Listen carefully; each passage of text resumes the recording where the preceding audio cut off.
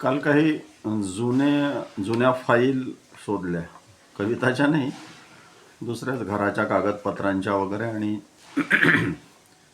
हा एक कागद सापडला. एक दोन तीन चार हिंदी कविता लिहिल्यात मी 2004 मध्ये. त्यातला हे वर पाठवलंय तुम्हाला, मूळ कागद आणि टेक्स्ट. तर ते वाचूनही दाखवतो. हे फार मोजक्या लोकांना पाठवलं बरं का. तुम्ही 5-6 जण आहात फक्त तुम्ही.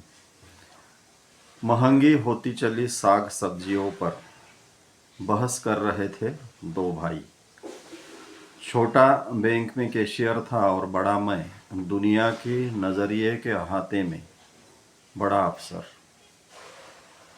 छोटे भाई ने कहा, अभी ईमानदार नहीं रहा सुरेश, मंडी से अठन्नी चवन्नी ज़्यादा ही दाम लगा देता है, सो मैं पूरे मंडी में घूम कर ही खरीदता हूँ साग सब्जियाँ। मैंने कहा, मेरा बस चले तो पूरे गांव से कह दूँ, अगर खरीदना है साग तो सिर्फ सुरेश और सुरेश की दुकान से ही खरीदना। और एक प्रश्न चिन्ह सा उभर आया था छोटे भाई के चेहरे पर, ठीक वैसे ही जैसा उस दिन सुरेश के पड़ोसी कलाबाई सब्जी के चेहरे पर उमड़ आया था।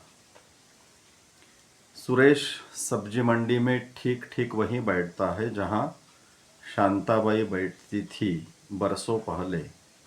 शांताबाई सुरेश की माँ है।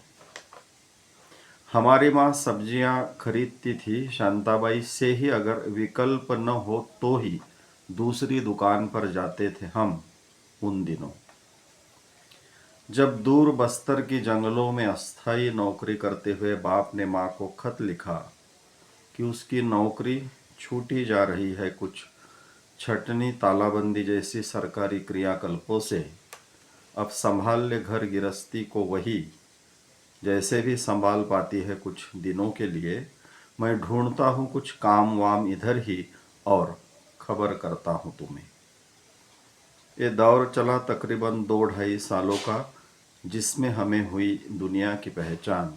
बाप करीब करीब गुमशुदा था उन दिनों, और माँ ने डोर संभाल ली थी कुछ क्षणों बाद। पल्लू को कसकर बाप का खत पढ़ के एक क्षण धक सा रहने के बाद। उन दिनों में माँ ने जोशी साहब के यहाँ पकाया खाना, डॉक्टर पाटिल के धोए कपड़े और हमसे छुप छुपा कर कुछ घरों में मांजे बर्तन भी। खेती बाड़ी के काम करने की तो वो आदी न थी, लेकिन वह भी हुनर सिखा दिया उसे हालात ने, और जम्मात के साथ पाई गई वह फसल वाले दिनों में खेतों में घास काटती हुई महिला के रूप में। शांताबाई से ही सब्जियां खरीदने का दौर चलता ही रहा उन 2.5 सालों में, लेकिन अब शांताबाई कभी हमसे पैसे न मांगती। इन्हीं दिनों मेरी माँ बन गई थी शांताबाई की मुंह बोली बहन, और शांताबाई हमारी शांता मौसी बन चुकी थी।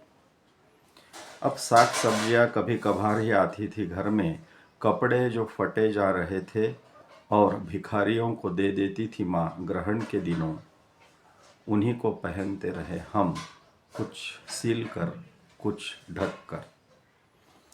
शांता मौसी साग सब्जियां देती रही बिना तोले, कभी कभार एक हाथ पपीता या 2-4 आम वाम भी डाल देती थी, ना मांगते हुए भी थैली में। उन दिनों 2 मुंह बोली बहनों की घंटों का नाफुसी चलती थी सब्जी मंडी में नीचे आसपास बैठकर। बहुत सारे 2.5 साल गुजर चुके हैं अब, करीब करीब पिछले जन्मों तक जैसे भी लगते हैं मुझे ये दिन।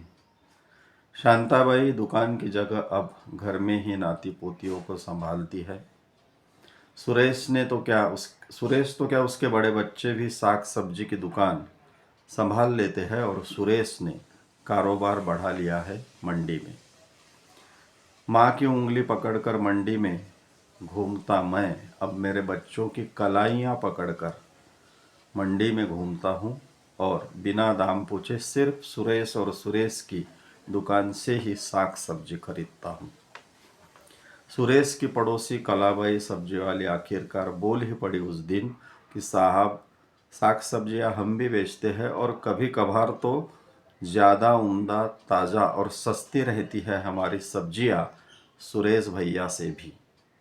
मैंने हंस कर टाल दिया कलाबाई सब्जी वाली को हाँ हाँ नाना कहकर, लेकिन मन में बोला, भाई भाई, मैं सब्जियां कहाँ खरीदता हूँ, मैं तो शांताबाई का कर्ज चुकाता हूँ। हे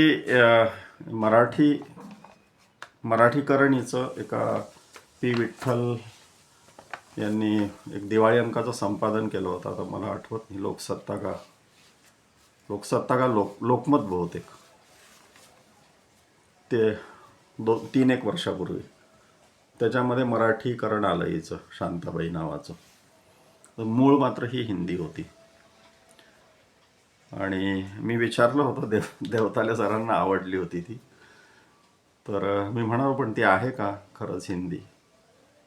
तर तेव्हाचं ते त्यांचं प्रसिद्ध वाक्य मला म्हटलेलं की हिंदी हिंदी होती है भैया, ओ टूटी फूटी नहीं होती. तर त्यामुळे ती आहे म्हणे कविता. आणि म्हटलं मग सर ये कहीं छप सकेंगे क्या हिंदी के वहाँ. हाँ हाँ क्यों नहीं, स्वतंत्र, मतलब वो बताने की ज़रूरत नहीं. बोले की उसको ये कर, काय म्हणतात त्याला, मराठी माणसाने लिहिलेली कविता आहे असं काही सांगण्याची गरज नाही आहे. ती तशीच हिंदी म्हणूनही छापता येईल म्हणे. बरेच